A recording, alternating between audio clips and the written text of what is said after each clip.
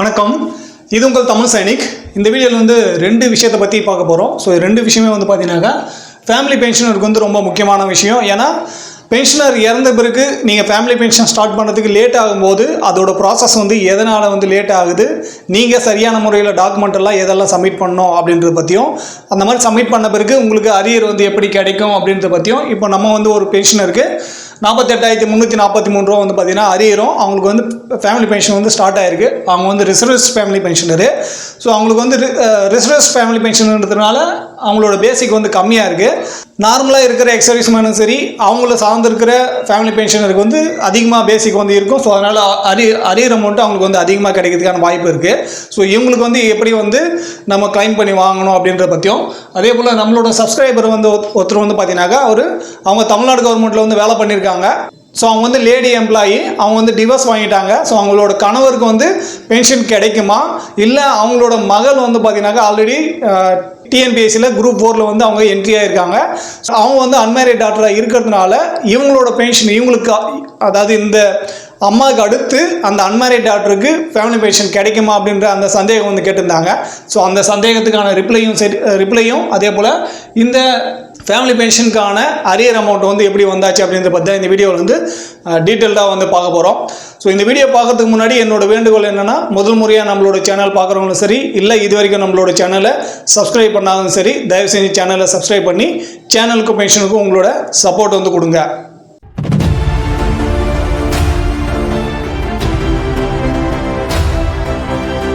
இப்போ வந்து லேட்டஸ்ட்டாக நம்மளோட கமெண்ட் செக்ஷனில் ஒரு சிலரெல்லாம் வீடியோ வந்து ரொம்ப லென்த்தாக போடுறீங்க, நீங்கள் வந்து ஷார்ட்டாக வந்து சொல்லுங்கள், நிறைய எக்ஸ்பிளைன் பண்ண வேண்டிய அவசியம் இல்லை அப்படின்னு சொல்கிறீங்க.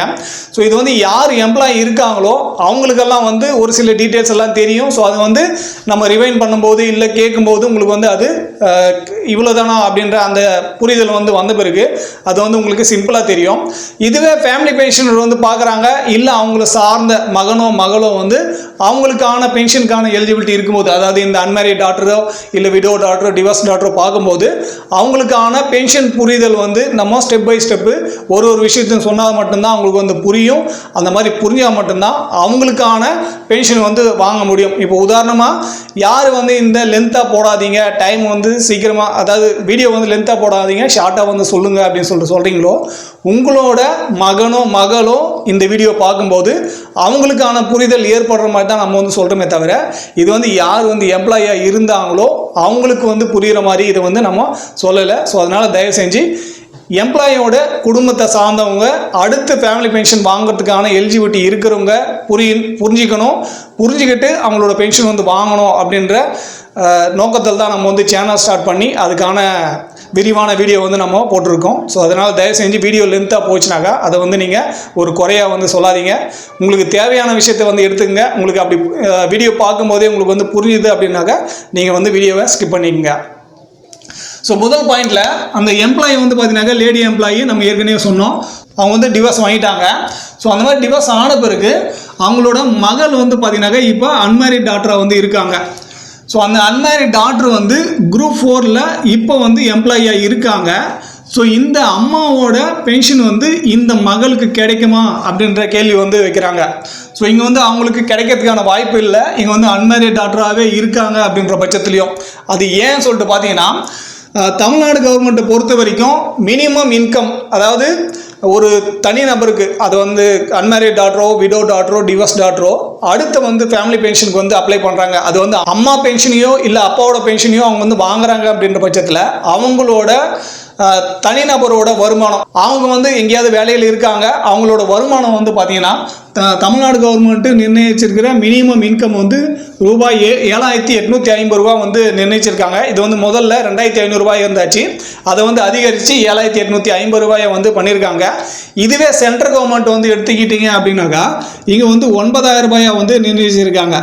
ஸோ சென்ட்ரல் கவர்மெண்ட் எம்ப்ளாயாக இருந்து, அதாவது சென்ட்ரல் கவர்மெண்ட் எம்ப்ளாயோட பென்ஷன் வந்து அன்மேரிட் டாக்டரோ டிவோர்ஸ் டாக்டரோ விடோ டாக்டரோ வாங்க போகிறாங்க அப்படின்ற பட்சத்தில் இவங்களோட தனிநபர் வருமானம் 9,000 ரூபாய்க்கு உள்ளே இருக்கணும். சென்ட்ரல் கவர்மெண்ட் பொறுத்த வரைக்கும், தமிழ்நாடு கவர்மெண்ட் பொறுத்த வரைக்கும் 7,850 ரூபாய்க்கு உள்ள அவங்களோட வருமானம் வந்து இருக்கணும். ஆனால் இன்றைக்கி டேட்டில் தமிழ்நாடு கவர்மெண்ட்டை பொறுத்த வரைக்கும் குரூப் 4ல் என்ட்ரி ஆகிறவங்களுக்கு மினிமம் பேசிக்கே வந்து 18,000 வந்து நிர்ணயிச்சிருக்காங்க. ஸோ அதனால் இவங்களோட தனிநபர் வருமானம் வந்து 18,000 இருக்கிறதுனால இந்த குறிப்பிட்ட தொகையை விட அதிகமாக இருக்கிறதுனால இவங்களுக்கு வந்து பென்ஷன் வாங்கிறதுக்கான வாய்ப்பு வந்து இல்லை.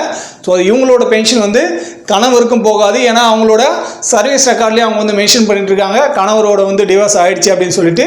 அதே போல் மகளோட வருமானம் வந்து 7,850 ரூபாய்க்கு மேலே இருக்குது. அதனால் இவங்களுக்கும் கிடைக்கிறதுக்கு வாய்ப்பு இல்லை.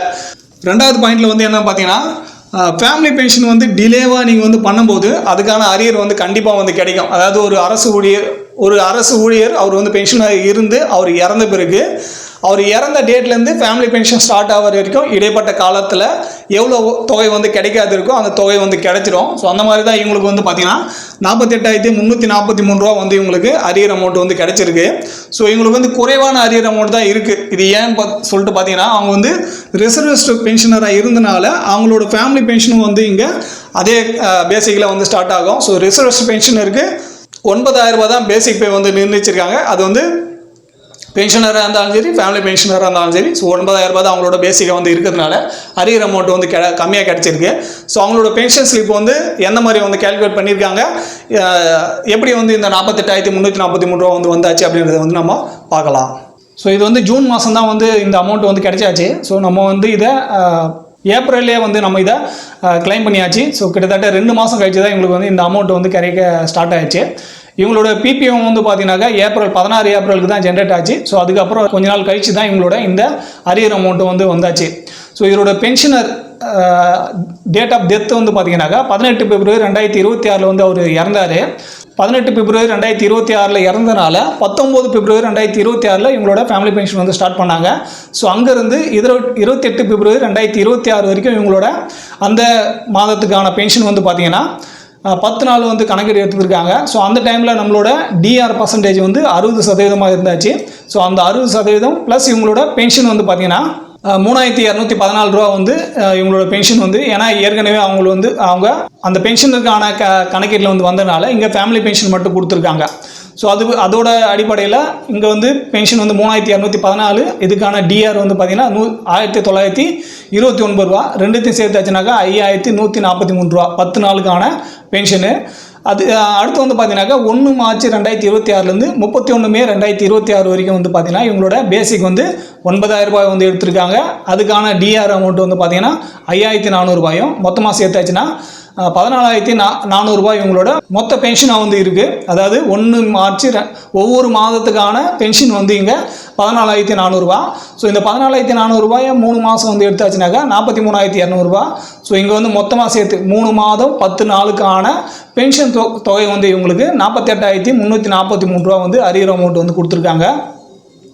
ஸோ இது வந்து லம்சம் அமௌண்ட்டுக்கான இந்த பென்ஷன் ஸ்லிப்பு. இதுவே இவங்களுக்கு வந்து மந்த்லி வர பென்ஷன் ஸ்லிப்பில் வந்து பார்த்தீங்கன்னாக்கா இவங்களோட பேசிக் வந்து 9,000 ரூபாய் வந்து இருக்கும். அதே போல் அதுக்கான டிஆர் அமௌண்ட் வந்து பார்த்தீங்கன்னாக்கா 5,400 ரூபா இருக்கும் 60%. ஸோ இது ரெண்டும் சேர்த்து எது வரைக்கும் டிஆர் வந்து சேஞ்ச் ஆகலையோ அது வரைக்கும் இவங்களோட மாத பென்ஷன் வந்து பார்த்தீங்கன்னா 14,400 ரூபா வந்து இவங்களோட மொத்த பென்ஷனாக வந்து இருக்கும். இப்போது பென்ஷன் ஸ்டார்ட் ஆகிறவங்களுக்கு உங்களுக்குமே இந்த மாதிரி வந்து டீட்டெயிலான பென்ஷன் ஸ்லிப் வந்து கொடுக்குறாங்க. ஸோ இந்த மாதிரி யாராவது பண்ணியிருக்கீங்க, உங்களுக்கு ஃபேமிலி பென்ஷன் ஸ்டார்ட் ஆகிருக்கு, இல்லை அரியர் அமௌண்ட் ஏதாவது வந்திருக்குனாக்கா அதுக்கான அரியர் டீட்டெயில்ஸ் வந்து இந்த மாதிரி இப்போ கொடுக்க ஸ்டார்ட் பண்ணியிருக்காங்க. ஸோ உங்களோட பென்ஷன் ஸ்லிப்பை நீங்கள் வந்து டவுன்லோட் பண்ணி இந்த மாதிரி வந்து செக் பண்ணிக்கோங்க.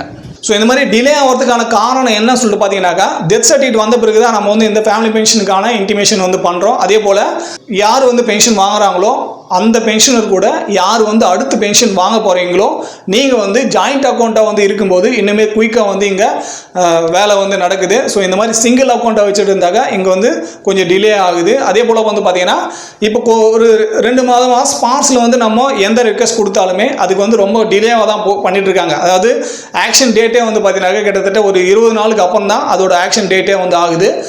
மார்ச்சுக்கு அப்புறம் நம்ம பண்ண எல்லா விஷயமே வந்து பார்த்தீங்கன்னாக்கா கிட்டத்தட்ட ஒரு 15 நாள் 20 நாள் கழிச்சு தான் அது வந்து ஆக்ஷனில் போகுது. டிலேவாக தான் இப்போ வந்து எல்லா ப்ராசஸுமே வந்து ஆகுது. ஸோ அது வந்து ஸ்பார்ஸில் நம்ம வந்து கிரீவன்ஸ் போட்டிருக்கோம். அதுக்கான ரிப்ளை வந்த பிறகு கண்டிப்பாக அதோட அப்டேட் வந்து நம்ம வீடியோ மூலிமா வந்து கொடுக்கலாம். ஸோ இந்த வீடியோ மூலிமா நான் என்ன சொல்ல முயற்சி பண்ணணும், அது வந்து உங்களுக்கு பிடிச்சிருந்தாக்கா வீடியோ வந்து லைக் பண்ணுங்கள்.